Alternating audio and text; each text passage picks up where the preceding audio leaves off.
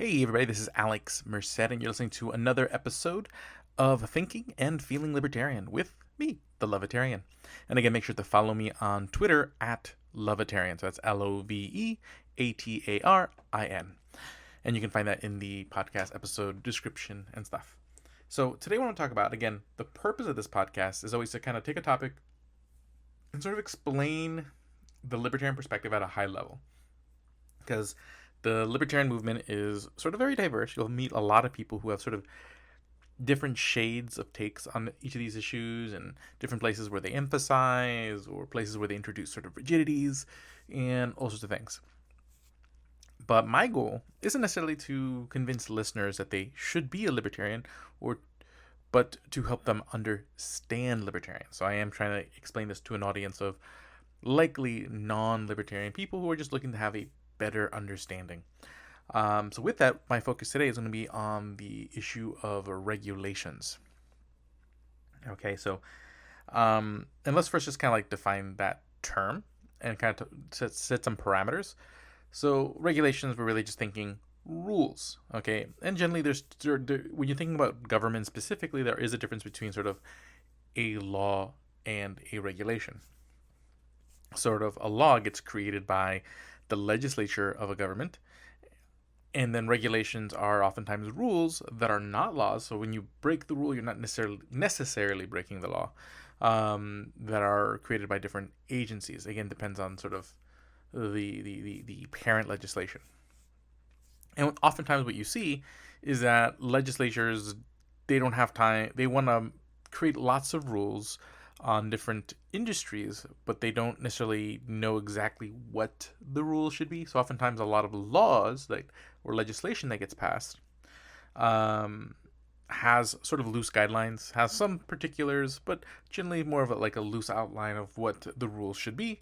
And then generally you have regulatory bodies under that government fill in the dots and create regulations, generally with the thought that, the regulations are oftentimes a tiny bit stricter than what the letter of the law says, with the idea being that if you comply with the regulations, then you're operating safely within the bounds of the law. And that's sort of typically sort of like the high level we're talking about. Okay?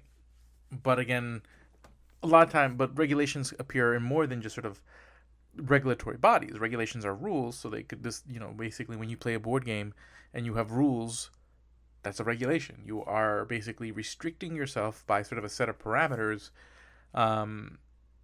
that exist. And a lot of people, times libertarians, will say, hey, we want to eliminate different regulatory bodies, we want to repeal certain laws and rules. And the impression that people get is that we're just not for any kind of rules, and that there shouldn't be any sort of boundaries to what people can do. And in general, there's some truth to that. So again, I've talked about in previous episodes, the whole idea that people should be able to voluntarily interact with each other, without, basically don't hurt people and don't take other people's stuff. Basically follow the golden rule in practice. But there is more nuance there, because at the end of the day, rules aren't bad. Okay, there are plenty of times where rules make our life better. So the question I'll get back to, just to kind of give you the punchline early, is it's not necessarily the existence of rules that libertarians have a problem with. It's one, how they are enforced, how are they produced, and how are they funded. Okay, so there's those three layers, and I'm going to tackle those three layers as we go through this conversation. But first, let's talk about the good thing about rules. Understand sort of why you still, regardless of these three layers I'm going to talk about later, why you do want rules in society. You do want mechanisms of accountability, and libertarians do have a view on that, which I'll also address. But let's just give you a microcosm. So if you think of a board game, if a board game had no rules, one, you would not be able to determine who is a winner. Which would make the game not so fun, right? Okay, basically, if what makes the game fun is that you are trying to compete against others within a realm of sort of a set of constraints, and the idea is that, hey, when you're able to win, which oftentimes takes a mix of luck and your own personal skills, there's a sort of sense of satisfaction. Okay, it's like, hey, I won the game. But if everything was completely random, and if there was no constraints, it wouldn't be as fun, because there wouldn't be that sort of sense of whatever. There wouldn't be as much of that sense of accomplishment. Okay, or that you have any kind of control over the outcome, and etc. Cool. So board games, and again, but then there are good board games and there's bad board games. Okay, or like there's a good sets of rules depending on sort of what you're optimizing for. Okay, so when you think of a very simple game, like my favorite would be Uno. Who doesn't love to play Uno? It has a very simple set of rules. Okay, they're very, very simple rules. Anyone can understand the rules, so enforcing the rules is very easy. It's really easy when you're playing a game of Uno for someone to call out another player for cheating. Okay, hey, you put a red 2 on a blue 4, well, shenanigans. So what I'm trying to say here is that when rules are simple, they're easier to enforce because everyone can be involved in enforcing. We can call each other out. And 2, it's much easier to find people to play Uno because the rules are simpler, more people are willing to participate. Okay, so there's the benefit of like simple rules. But then when you create really, really complex rules, think of something that I also enjoy, Dungeons and Dragons. Well, here's the thing. A lot less people are willing to play Dungeons and Dragons because it's a lot more complicated. It requires a lot more effort and understanding. Also, it's a lot harder to enforce the rules because there is so many rules. You're never 100% sure if you know all of them. So when someone says, so oftentimes you might have situations where people just sort of assert that a thing is a thing and people just kind of go along with it. Okay, so it's much easier sort of to game the system. And there's a lot more discretion involved. And, there's a lot more ways that people can sort of, color within the lines. So same thing goes for rules when you think of regulations. And again, at this point, I'm not talking about how these rules are enforced, where do they come from, or how are they funded. I'm not talking about that. I'm just talking about what are good rules, or how does a good rule look like. Okay? Well, theoretically, you would want a rule that basically gives you sort of constraints that people that give people constraints within a sphere. So in this case, like an industry of some sort, that allows everybody to feel that the game is fair, but isn't so complex that it discourages and costly to follow and difficult to follow that it discourages from people from participating in the game. Okay, so in this case, discouraging from people from being in the industry. Okay, and that's typically not what you get when government regulates. Oftentimes you get the opposite. You get complex rules, which are costly and hard to follow, and that usually result in much more unfair enforcement. They result in not less fairness within the game because basically oftentimes the rules can be designed to target certain players because basically certain players may be able to influence the politics that created those rules a little bit better. So you oftentimes in practice don't get the rules that give you the desired result, which is, hey, let's create a fair environment, a sense of fairness that everyone is willing to participate in. Again, when you think of a game, that's the goal. You create a rule that makes people feel that the game is fair and fun and something they want to do. Okay? And that's generally what happens. Now, why does this happen? Again, this comes down to those. Now we start getting into those sort of 3 layers. So, 1, you have the issue of who makes the rules. Okay, so basic bottom line is that oftentimes government regulations, the way they get created, again, is like you have a law, and then you have regulatory bodies who then create regulations and rules based on those laws. And typically within the middle of that process, there's generally lots of hearings to kind of get feedback on crafting those laws. And generally, your average person isn't going to be at these hearings or participate in that conversation. Generally, they're going to be lobbyist groups who are paid to help influence those rules, which can be a good or a bad thing. I mean, at the end of the day, you don't want rules that are going to basically make things too hard. Again, you don't want rules that are too punishing. So those lobbyists can help bring context, or those advocacy groups. Okay, at the end of the day, some person's advocacy group is somebody else's lobbyist. Can bring perspective that can be useful in making sure that the rules aren't too punishing, but they can also, again, shape those rules to their advantage and to the disadvantage of competitors. There's a lot of things because oftentimes the people who are doing the regulation and the people who are writing the laws don't have that same intimate knowledge of that particular industry than the actual industry participants do. Again, better staffed regulatory bodies oftentimes staff people who've been in the industry, but that's not always the case. And oftentimes they cannot pay as much as other organizations do. So in that case, oftentimes you may or may not be getting sort of like the best people who are going to have like the best context. Sometimes you do. I've met regulators who kind of really know their stuff. But I've also met regulators who don't understand the industry they're regulating. Okay. So again, depends. There's a lot of dynamics there. And again, who decides who these people are? What's the process of hiring them? And oftentimes you're talking about like political appointments.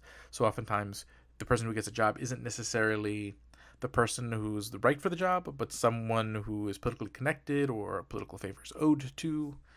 And again, oftentimes those people will then hire other people to sort of do the job that they were supposed to be doing. But, that just seems very inefficient, doesn't it?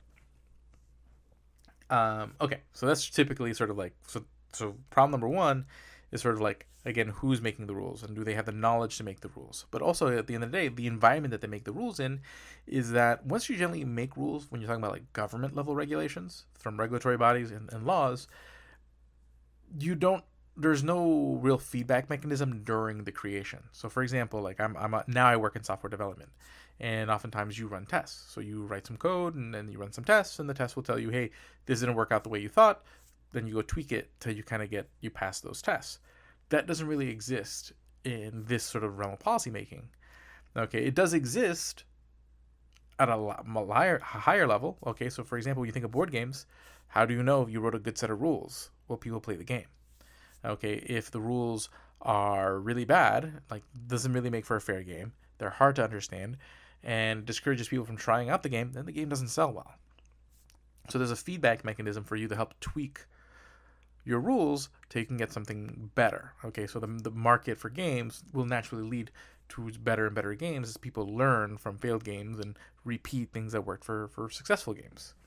But when it comes to regulations, oftentimes once the rule is created, because it's using the power of government, and again, some people think of this as a feature, some people think of this as a bug, but generally when government does things, it's very, very rigid. Like it's really hard to undo a thing government does. That's the reason why some people want government to do things, because they're like, hey, if I make this change here, then I know it's not going to go away. But then what happens when you make the wrong change?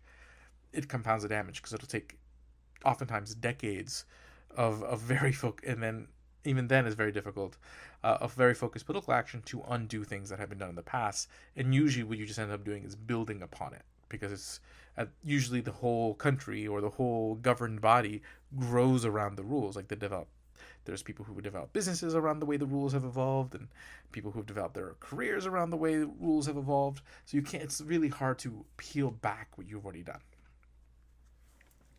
Okay, so there's that. So oftentimes, like if you want government to do something, you got to realize if they do it and you make a mistake, you're probably stuck with it.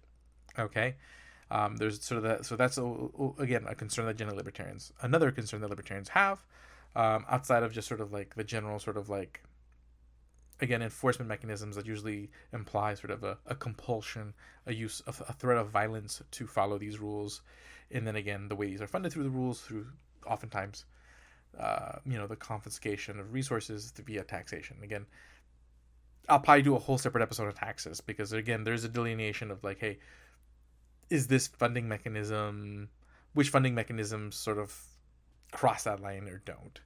And that's a different conversation that I'm trying to have today. Cool.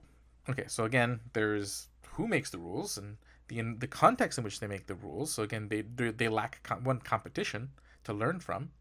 Theoretically, they can learn from what other countries have implemented, but again, oftentimes, what other countries' sort of whole legal structure is going to be so different that and culture is just really hard to like learn anything from that. You're not necessarily like testing it on the same sort of audience. And the same, like when you're doing a board game, people who play Uno can also play, Dungeons and Dragons, so you can kind of see the response within that same sort of target audience.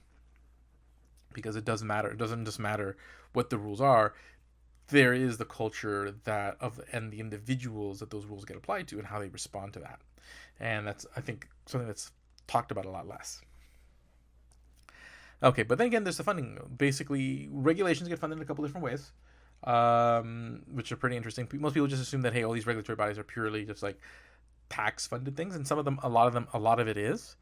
But one of the things that at least particularly happens in the U.S., especially particularly in the financial industry, you have these sort of creation of quote unquote private regulatory bodies. They're not really private in the sense that, hey, someone started a business to regulate and you got regulations. They're private in the sense that they're not a government budget item. And the way they're funded is that generally what happens is they do create a mandate. So there's where you cross the line. That's where you say, hey, you have to do something, or or else. Okay, so there's right there. That's kind of where, for a libertarian, you've crossed the line. And again, there's ways to do it where you don't cross the line. I'm going to get to that. But then so basically you create this mandate saying, hey, all members of this industry doing X, Y, Z activities have to be a member of this organization. And so since membership is compelled, then basically, even though the rules of that organization are not laws, so again, you're not going to go to jail for breaking the rules of the regulatory body, they are required to do business. Okay, so for example, FINRA, which is the Financial Regulatory Authority. Pretty much every broker-dealer has to be a member of FINRA. Okay, now FINRA is not part of the government. FINRA is, again, one of these quote-unquote self-regulatory sort of private entities. The way it's funded is that it charges fees on those members. So everyone who's forced to be a member of FINRA then pay into it. Okay, and people can argue that this might be a better model than broad taxation, because I guess the case you could make is that, hey, this is, this is still essentially a tax. You're taxing specifically the people who the rules are enforced on instead of taxing the general population, which is generally the reason why they take this approach. But essentially, you're essentially taxing them because basically they cannot pay the fees because then they lose their membership. And if they lose their membership, they can't do business anymore. If they break the rules of FINRA, yes, FINRA cannot send them to jail. They can refer to the Department of Justice if it's bad enough, but they can revoke FINRA membership, and again, now they can't do business. So you essentially have created sort of a dynamic that allows an pseudo-legal sort of enforcement. Again, whether that's a good model or a bad model, that's up to you, but I'm just explaining to you the model and sort of the lines.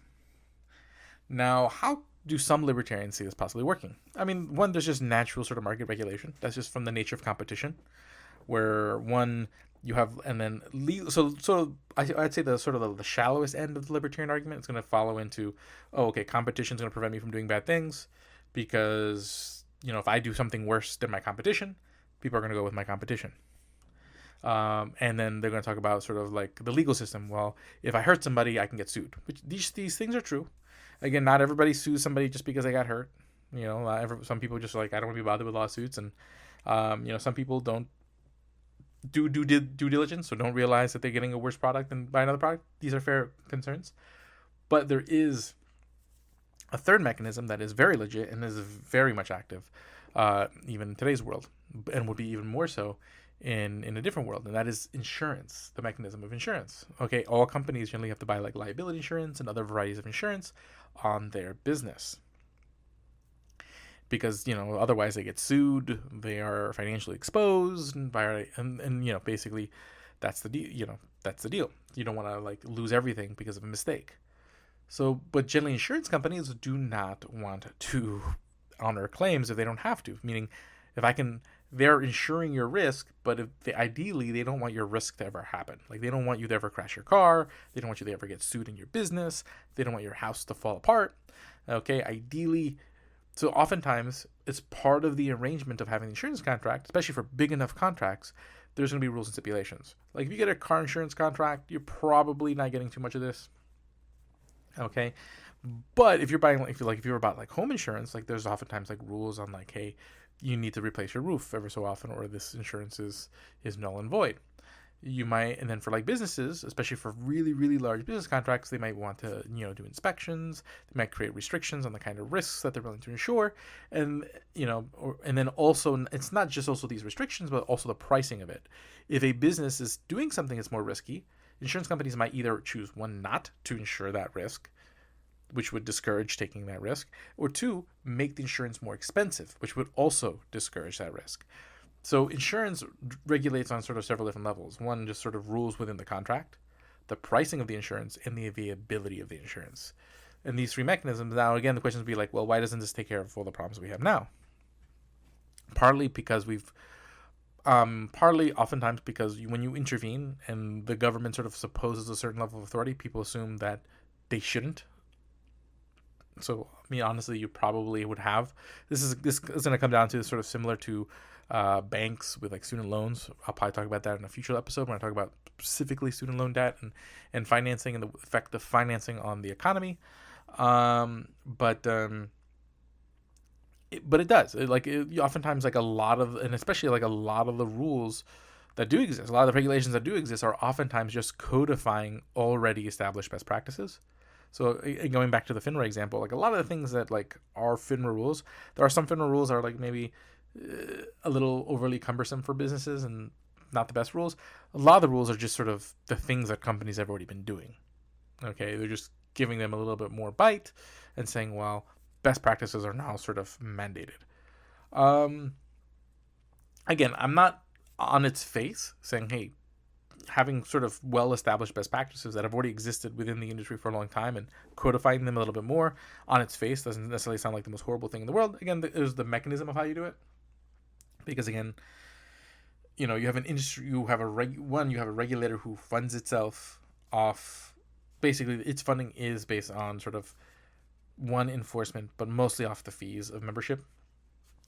And this creates sort of a inequality in a sense. Basically, the biggest financial firms are the biggest funders of FINRA. So that can create sort of really interesting sort of conflicts of interest as far as like, hey, enforcement. And then again, enforcement isn't like, it's not like mechanical. It's not like, hey, you broke a rule and it gets enforced. You have to have auditors come in, and it comes down to how those auditors use their discretion when they're auditing. There's a lot of shaky bits. And then again, there's the question of like, hey, whether any particular individual rule makes a lot of sense. And again, very hard for these rules to kind of change. Maybe a little bit easier at the regulatory body, much harder at the law level. So there's all these sort of like mechanisms and things to kind of think of. But yeah, I mean, I think that gives basically to kind of summarize. Libertarians are not against rules. Rules serve a purpose. But generally, libertarians are going to want government to do less rules because the government's more rigid. Okay? It's very easily captured. So a lot of the rules are either going to be too strict and prevent participation in industry, or two, be not well enforced, resulting in a lot of unfairness within that industry. Okay? And resulting in actually worse outcomes because people feel protected when they're not. So in that case, what you do is you want mechanisms to handle rulemaking that have a much quicker feedback cycle and are much easier to change. And that's generally going to be market-based mechanisms, whether that's insurance, whether that is sort of having more active sort of legal cycles, advocacy, certification. Certification is another really good way of creating sort of rules. So a certification would just means like having people who certify quality. So a good example is you might see underwriters laboratory labels at the bottom of many of your goods. This is like a private company that tests a lot of electronics to make sure that they're safe, and generally you try to buy one, and it's not even that you try to buy one. Oftentimes stores won't carry it if it doesn't have an underwrite because of liability reasons. They won't carry it without that certification, and that makes you more or less likely to buy unsafe electronics. And there's a variety of things like this. Like there's B corporations that certify like sort of like sustainability of food, and these are things that these are not law. These are not included in the law. They're voluntary things that provide people information for them to be able to make more informed consumer decisions, and those informed consumer decisions, and then basically encourage businesses to operate a certain way to make sure that those people don't avoid buying stuff from them. So there's different mechanisms that again can change quicker. Can get validated, have quicker feedback cycles, things like that. So again, the idea isn't there shouldn't be any rules. The question is where should be the rules? Just because libertarians will generally say like, government shouldn't be playing such a large roles in the rules that govern society, particularly in commerce, doesn't necessarily mean there shouldn't be any sort of accountability or mechanisms that set rules. It's just there are a lot of other mechanisms that should be sort of leveraged first, and that requires sort of all of us to be sort of actively engaged in society, whether it's through advocacy, through education, through coming up with interesting business ideas that can actually like again insurance and whatnot, that can find different ways to kind of create these mechanisms in a way that can be much more nimble. So I'll leave it at that. Again, my name is Alex Merced.